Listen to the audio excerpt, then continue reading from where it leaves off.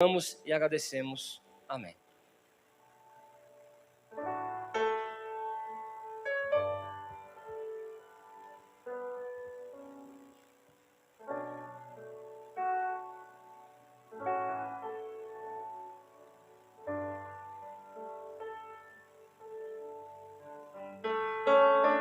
Glória a Deus.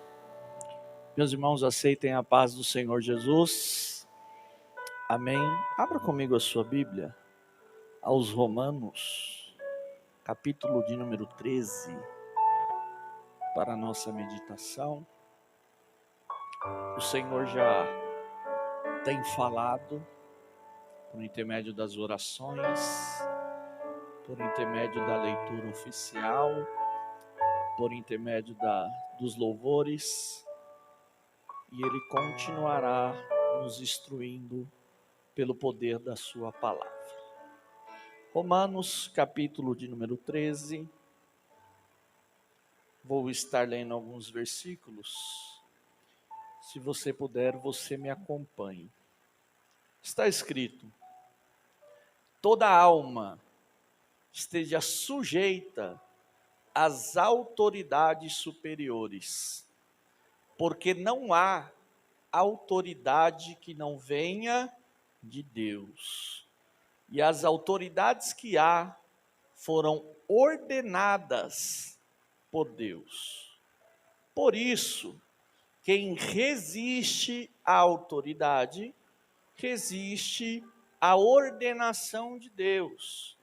E os que resistem trarão sobre si mesmos a condenação. Amém, meus irmãos?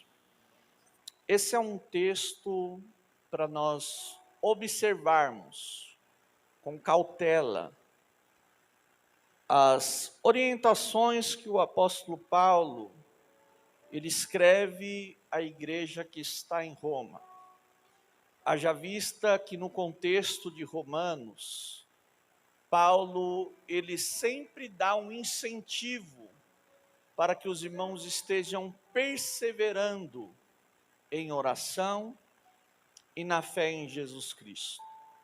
Existe um contexto histórico que irá dizer que quando os cristãos em Roma eles recebem esta carta, ao lerem ela e ver o seu conteúdo, eles recebem de Deus uma alegria e um regozijo muito grande. Há um contexto histórico que diz que eles foram renovados e que eles foram avivados pelo conteúdo que Paulo traz para eles. E nós falamos aqui já nessa noite a respeito desse conteúdo. Eu não sei se você está ligado no culto, mas Deus ele vem falando a respeito desse contexto. Quando foi dito que existe algo reservado para nós na eternidade, que nos trará uma alegria maior daquela que nós vivemos hoje. Romanos 8,18 diz que as aflições de um tempo presente não há de se comparar com a glória que em nós há de ser revelada. Ou seja, há um gozo eterno e uma alegria sem fim reservado para mim e para você. No capítulo 11, que foi lido aqui também, nos mostra a grandiosidade de Deus. E quem merece toda a honra, toda a glória e todo o louvor. Mesmo não entendendo muitas vezes a sua forma de trabalhar, ele deixa uma interrogativa dizendo: quem conhece a mente de Deus? Quem consegue compreender a sua grandiosidade? Termina dizendo: porque dele, por ele, para ele são todas as coisas. E nós chegamos no capítulo de número 13, aonde eu queria estar falando aqui com os irmãos sobre autoridades estabelecidas por Deus. O que seria autoridade? É direito ou poder de ordenar, de decidir e de fazer obedecer. Essa é a definição de autoridade. Nesse texto específico do capítulo 13, está falando sobre uma autoridade outorgada. O que seria uma autoridade outorgada? Seria uma autoridade concedida como favor. Ou seja, Deus concede uma autoridade. Isso independente de méritos, não é algo meritório. É Deus que o dá como favor. E existem 3 tipos de autoridade que eu quero compartilhar com vocês nessa noite. A primeira autoridade é essa descrita em Romanos. E quando Paulo ele menciona autoridades superiores, no versículo 1, ele está se referindo à autoridade do Estado. No entanto, Paulo não defende nenhuma forma específica de governo ou do Estado, mas afirma que esse governo é uma instituição divina. Se você observar Daniel, capítulo 2, versículo 22, Deus ele vai dizer que ele estabelece reis, e ele também os faz cair. Ou seja, é Deus que levanta e Deus que abate. Então o apóstolo Paulo ele está dizendo aqui, porque não há autoridade que não venha de Deus. Toda autoridade estabelecida, ela é proveniente de Deus. Um dos grandes reformadores, João Calvino, ele vai dizer que autoridades superiores não são potestades soberana que dominam um império ou ostentam um domínio soberano, mas as que têm alguma preeminência sobre os demais. Então olha a importância de nós olharmos esse texto com cautela, porque o fato de Deus ter estabelecido as autoridades não significa que Deus seja responsável pelos pecados dos tiranos, mas a autoridade que governa, ela é proveniente de Deus. O que isso quer dizer? Independente se a autoridade ela pratica males ou não, nós devemos entender que toda autoridade do Estado, do governo, ela provém de Deus. Quer sejam boas, quer sejam más. Um dos pais da igreja, São João Crisóstomo, ele disse algo, pastor Robson, muito interessante. Ele diz assim, Cristo não promulgou suas leis para revolucionar as leis civis em gerais, não, mas para corrigir e ensinar que não devemos empenhar-nos em lutas supérfluas e inúteis. Olha que interessante isso. Você vai ver que quando Cristo, o verbo se faz carne, ele não vem para revolucionar o Estado, tanto que ele diz, dai a César o que é de César. O que os judeus esperavam? Um revolucionário, alguém que libertasse eles da mão de Roma. Só que Jesus, ele não vem como revolucionário, ele vem como pão vivo que desceu do céu, trazendo a eficácia da lei soberana de Deus e a submissão às autoridades dos homens.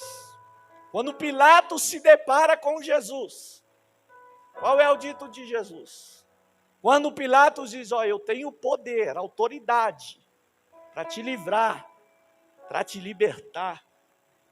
Jesus diz a ele, essa autoridade você só tem porque Deus te concedeu essa autoridade. E se você for olhar, nós temos alguns problemas quando fala sobre submissão. Nós temos alguns problemas quando se fala a sujeição às autoridades. Só que a Bíblia, ela nos orienta e nos ensina, e não somente Paulo nos orienta e nos ensina, mas 1 Pedro, capítulo de número 2, se você quiser depois dar uma olhada, 1 Pedro, capítulo 2, versículo 13, ele começa dizendo assim, olha que interessante, a orientação de Pedro à igreja. Sujeitai-vos, pois, a toda ordenação humana, por amor de quem? Do Senhor. Quer ao rei como a superior, quer aos governadores como por eles enviados, para castigo dos malfeitores e para o louvor dos que fazem o bem. Aí no versículo 15 ele diz assim, porque assim é a vontade de Deus, que fazendo bem tapeis a boca, a ignorância dos homens loucos, como livres e não tendo liberdade por cobertura da malícia, mas como servos de Deus. Conclui dizendo, honrai a todos, amai a fraternidade, temei a Deus e honrai ao rei. Olha o que ele está dizendo para a igreja. Vocês precisam estar sujeitos a todas as autoridades. Submissão, sujeição, isso traz honra e glórias a Deus. Quer sejam as autoridades boas, quer sejam más. A sujeição, ela vem por amor do Senhor. E tenha certeza de algo, o nome do Senhor é glorificado. Aí nós vamos trazer esse contexto para os nossos dias.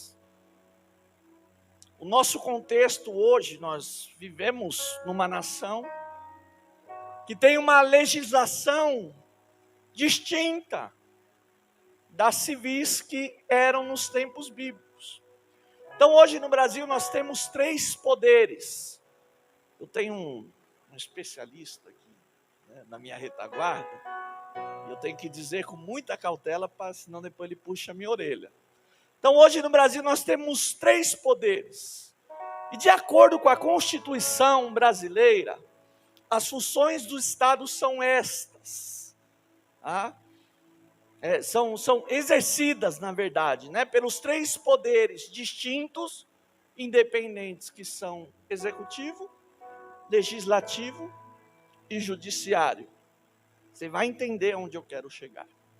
O legislativo, ele tem a função de discutir as leis, negociar com a sociedade e o executivo o formato dessas propostas, para finalmente votá-las, para que elas possam ter a possibilidade de entrar em vigor. E quando nós falamos sobre essa legislação, nós como cristãos, nós precisamos observá-las. Por que nós precisamos observá-las? Porque nós, como cristãos, nós precisamos ser o exemplo e o modelo para que a sociedade siga de forma saudável. A nossa condição de cristão não nos permite infringir qualquer tipo de lei que é estabelecida dentro do Estado. E nós, como cristãos, também precisamos estar sujeitos às leis que são estabelecidas. Friso, cuidado ao dizer o que Pedro disse usando fora de contexto, capítulo 5 de Atos, quando ele diz: mais vale obedecer a Deus do que aos homens. Porque se você for observar, no Brasil, a legislação ainda não fere princípios bíblicos. Se você for observar, não fere princípios bíblicos. Então a primeira coisa que eu queria trazer ao nosso entendimento é isso: que nós, como cristãos, precisamos e devemos estar sujeito a todas as autoridades, porque elas são estabelecidas por Deus. O erro dos governantes são entre eles e Deus. Nosso papel é orar, porque a Bíblia também nos instrui a orar pelos nossos governantes. E nosso papel também é estar sujeito. Segundo tipo de autoridade que eu gostaria de falar aqui, sobre autoridade espiritual. Existem aqueles que hoje dizem que não existe autoridade espiritual sobre a vida de ninguém. Só que eu prefiro observar o contexto bíblico e ver o que a Bíblia nos ensina a respeito de autoridades espirituais que são estabelecidas por Deus para estarem sobre as nossas vidas. No Evangelho de São Lucas, capítulo 10, versículo 19, ele separa os discípulos e os envia, e ele diz assim, eis que eu vos dou poder, ou eis que eu vos dou autoridade. A mesma palavra que é usada no contexto original de Lucas, é usada em Romanos. É autoridade outorgada. Deus dá a quem Ele quer, a hora que Ele quer, para propósitos específicos. Então ele diz, eis que eu vos dou poder, autoridade, para pisar em serpentes e escorpiões. Observe que sem a autoridade de Deus, no mundo espiritual, nós não temos a capacidade de pisar em serpentes e escorpiões. Mas quando essa autoridade de Deus, ela é nos concedida, nós estendemos as mãos, e todo mal pelo poder que há no nome de Jesus, ele se sujeita, ele cai por terra, e o nome do Senhor é glorificado.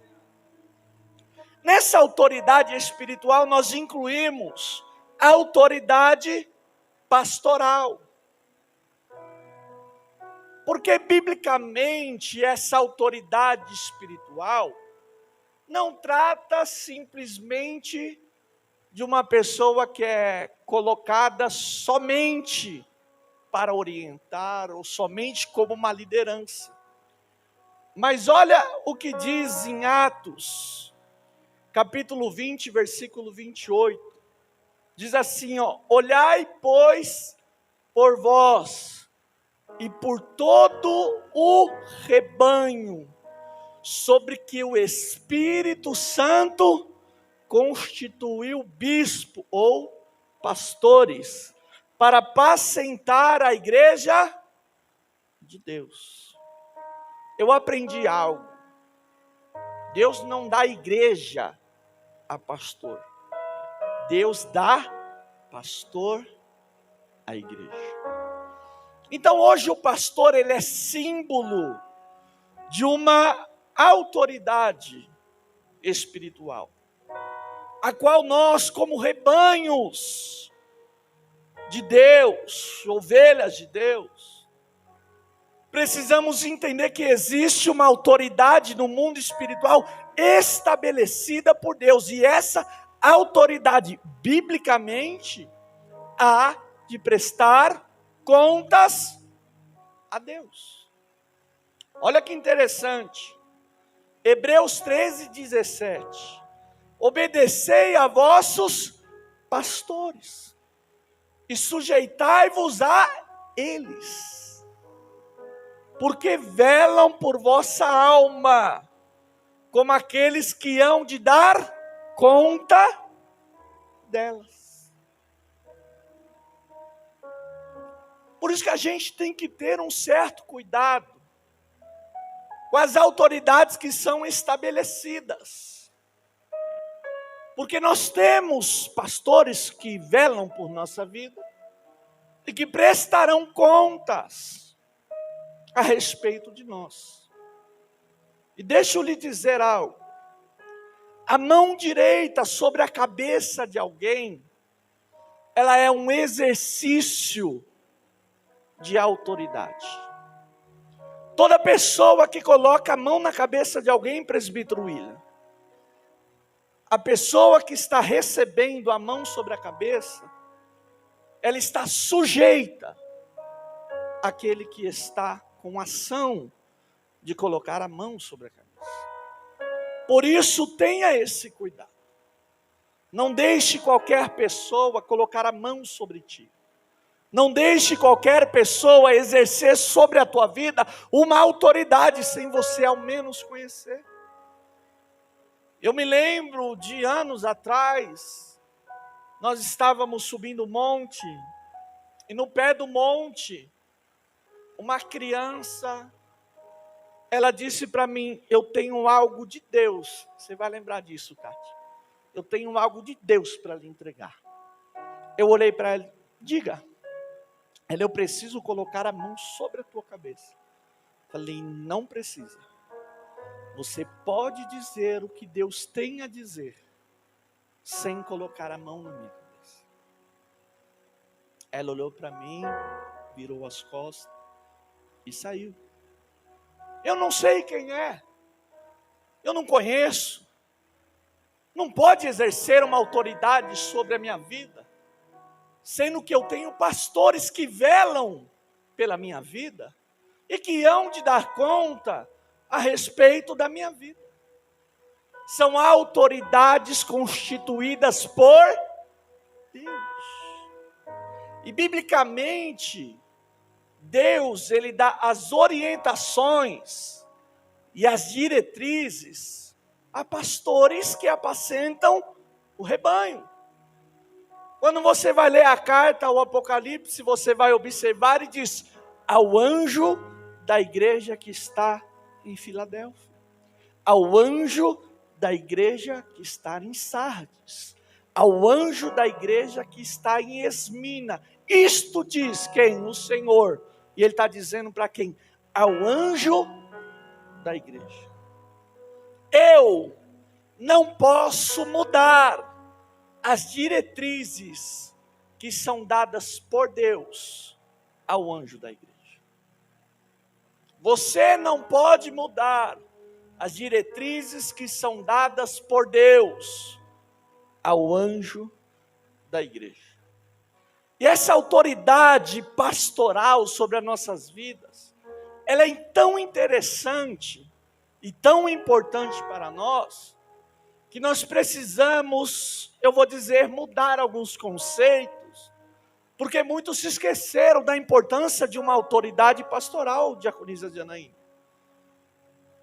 Hoje existem dois tipos de igreja: a igreja como organismo e a igreja como organização. A igreja como organismo, nós todos somos iguais. Nós somos o corpo, composto por diversos membros, o qual Cristo, ele é o cabeça. Você vai ver no contexto bíblico o início de uma igreja como organização. Atos dos Apóstolos, capítulo de número 6, eles estavam pregando, servindo as mesas e as atividades sobrecarregando. E eles dizem: vamos levantar homens cheios do Espírito Santo para nos ajudar neste negócio. E aí se institui o diaconato, que eles auxiliavam os apóstolos e nos serviços à mesa. Aí começa a ser estabelecida uma hierarquia. Essa palavra, às vezes a gente tem uma certa dificuldade, Caio, com ela. Uma hierarquia. Aonde na igreja como organização existe um pastor presidente, presbíteros, diáconos, cooperadores e membresia. Neste corpo existe a igreja como organização, existem legislações também, existem leis, existem regras, existe estatuto que diz como a obra de Deus ela deve seguir.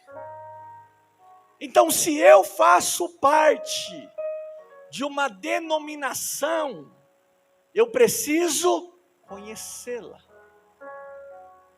Porque cada vez que eu vou contra a uma legislação estabelecida pelo anjo da igreja, eu vou contra o Senhor.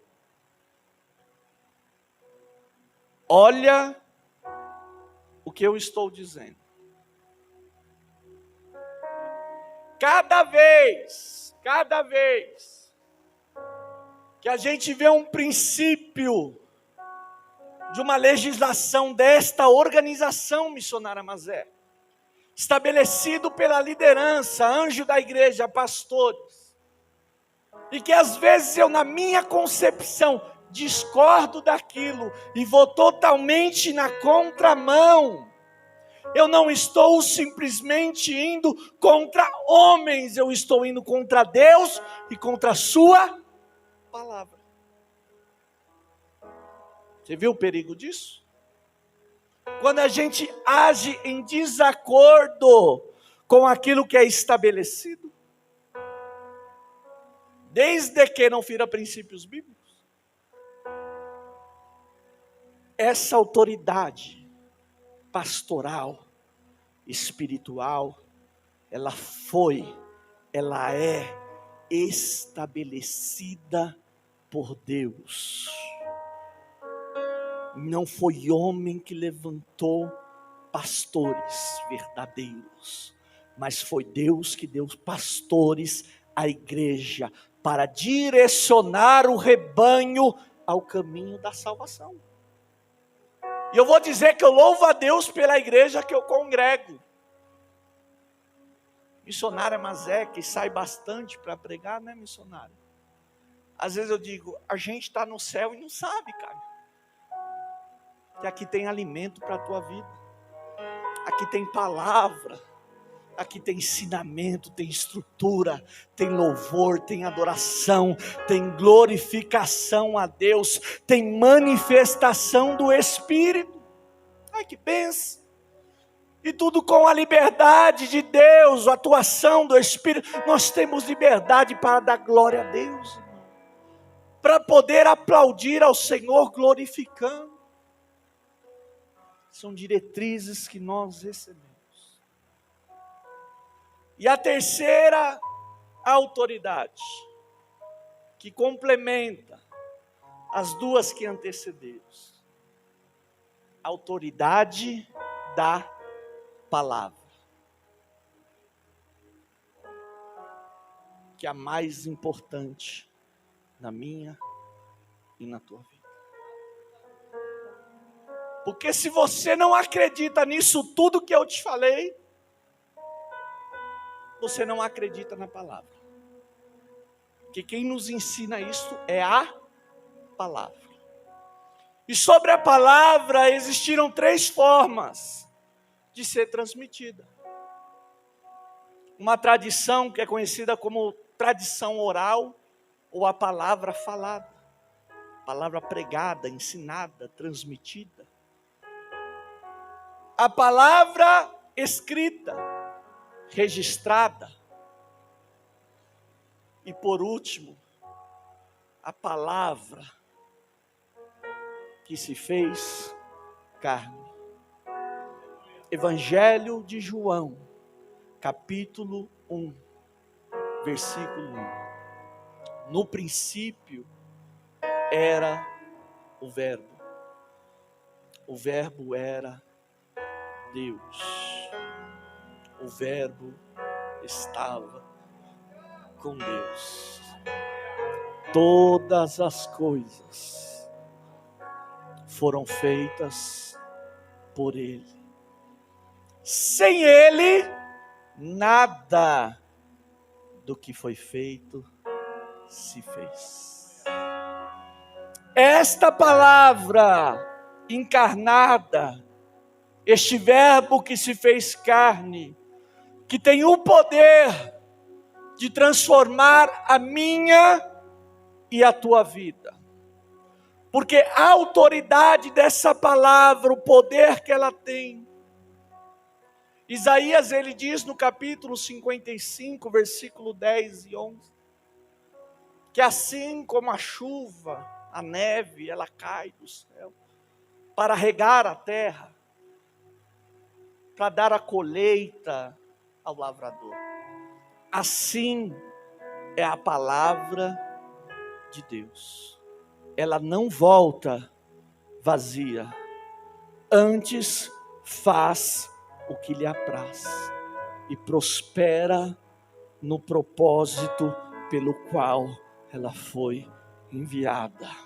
A palavra lançada com autoridade, ela vem como uma espada de 2 fios, diz a Bíblia. Penetra na divisão da alma com o espírito, juntas e medulas, e é apta para discernir o pensamento e a intenção do coração do homem. O que está dizendo? Que a palavra de Deus, ela tem capacidade de compreender qual é o intento do teu coração, qual é a tua necessidade, e ela entra de encontro com a tua vida, te transforma, te liberta, e o nome do Senhor é glorificado. Essa palavra é o que tem poder de nos purificar. Salmo 119. Como purificará o mancebo ou jovem o seu coração? Observando a lei, a palavra, a instrução, o ensinamento. O que nos santifica. Quanto mais eu oro, mais santificado eu fico. A oração, ela estabelece um estado de comunhão com Deus. Mas o que te limpa é a palavra. Evangelho de João, capítulo 17, versículo 17. Jesus, numa oração intercessória, ele diz: Pai, santifica-os na tua verdade. A tua palavra é a verdade. O que nos liberta é a imposição de mãos? Não. é a palavra. Conhecereis a verdade, e a verdade vos libertará. O que nos limpa é o batismo, é a palavra. Jesus, ele disse: vós já estáis limpo pela palavra que eu vos tenho falado. Quando nós cremos no poder dessa palavra, irmãos, as coisas mudam. Quando essa palavra ela exerce a autoridade sobre a minha e sobre a tua vida, as coisas mudam. E não sou eu que estou dizendo, é a palavra que diz. Aliás, Jesus, ele disse: se vós estiverdes em mim, e a minha palavra estiver enxertada em vós, pedireis tudo o que quiserdes, e vos será feito. Quando nós somos portadores da palavra, não somente espectadores, ouvintes, e sim praticantes, estamos enxertados na videira verdadeira que é Cristo. E a palavra de Deus, ela passa a ser uma verdade em nós. Jesus, ele afirma dizendo: se vós estiverdes em mim, e a minha palavra estiver em vós, pedirei tudo o que quiser, e vos será feito. A autoridade da palavra de Deus sobre a igreja. Qualquer coisa que aconteça fora da palavra, eu já disse certa feita aqui, Martinho Lutero, ele diz que qualquer ensinamento que não se enquadre nas escrituras, ainda que faça chover milagres, pastor Robson, o mesmo deve ser rejeitado. Mas o que tem poder para curar a tua alma, para avivar o teu coração, para transformar a sua história, é a palavra de Deus. A sujeição a esta autoridade da palavra, ela nos trará benefícios. Entenda isso. Ela nos trará benefícios. Porque o conhecimento dela traz edificação. A prática dela traz conforto, consolo e transformação. Ela edifica, exorta, consola. Ela transforma, ela dá direcionamento. Ela é uma bússola para a nossa vida. Uma orientação nas nossas decisões. É por intermédio da palavra. E eu acredito que todos aqui amam a palavra, ainda que ela seja dura. Quando Jesus ele começa ensinando, dizendo que ele é o pão vivo que desceu do céu, precisavam comer desse pão. Olhavam e diziam: duro é esse discurso. Começaram a ir embora. Parece que hoje está do mesmo jeito. Se cumpre o que o apóstolo Paulo diz a Timóteo: chegará o dia que não suportarão a sã doutrina. Terão comichões nos ouvidos. desviarão os ouvidos da verdade, voltando às fábulas. Mas tu sê sóbrio, cumpra o teu ministério, exerça aquilo que Deus confiou nas tuas mãos. Quando diziam para Jesus que duro era o discurso, iam embora. Jesus olha para os discípulos e diz: quer ir também? Você acha que Jesus ficou, pelo amor de Deus, fica aqui no culto? Por favor, não vai embora não. Não, Jesus disse: quer ir também? Pode ir. Pedro toma a palavra e diz: a quem? Não é aonde, não são lugares, é a quem iremos nós, se só o Senhor tem o quê? Palavras de vida eterna. Não tem para onde correr. Jesus é o caminho, a verdade e a vida. Ninguém vai ao Pai a não ser por Ele, e é por intermédio da palavra. Louvado seja o nome do Senhor. Se coloca sobre os teus pés, em nome de Jesus. É uma palavra de orientação para nossas vidas, irmãos. Nós